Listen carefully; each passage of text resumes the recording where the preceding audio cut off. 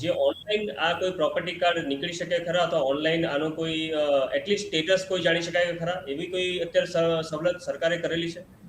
ના, online property કાર્ડની સગવડ ઘણી સારી કરી છે. એક વસ્તુ કહું કે હા. આજે અત્યારના લો મિનિસ્ટર આવ્યા દ્વિવેદી સાહેબ અને ભૂપેન્દ્રભાઈ પટેલ સાહેબ, એ બંને અચ્છા. જણા આવ્યા પછી ઘણા સારા સારા ફેરફારો કર્યા છે.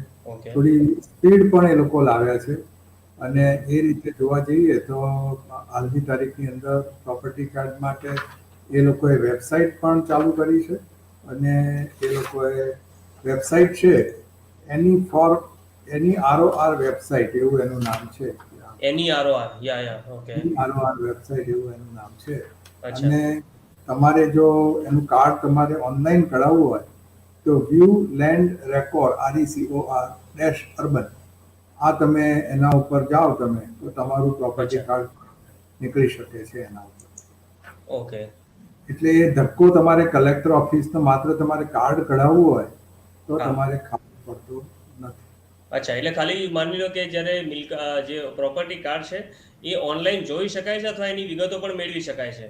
મેળવી શકાય, ચોક્કસપણે મેળવી શકાય. તો આ બહુ ઇમ્પોર્ટન્ટ માહિતી છે, કારણ કે ઘણા લોકોને આ સવાલ હોય છે, તો એની મૂંઝવણ હોય છે કે પ્રોપર્ટી કાર્ડ કઢાવવા માટે એ લોકોને ધક્કા ખાવા પડતા હોય છે. તો આવા કેસમાં ખાસ કરીને જ્યારે પ્રોપર્ટી કાર્ડ નીકળી ગયું છે, તો એને લેવા જવા માટે અથવા તો એની જાણકારી મેળવવા માટે કચેરીએ જવાની જરૂર નથી. એ ઓનલાઈન તમને ના, મળી શકે છે. તમારે તમારે જો સર્ટિફાઈડ કોપી એની જોઈતી હોય તો તો જ. નેચરલી તમારે ત્યાં તો જવું જ પડે ને સર્ટિફાઈડ કોપી પણ માટે. તમારે તો ખાલી જ્યારે માહિતી જાણવી છે અથવા અપડેટ થઈ માહિતી ગયું છે કે જાણવી. નથી ઓકે.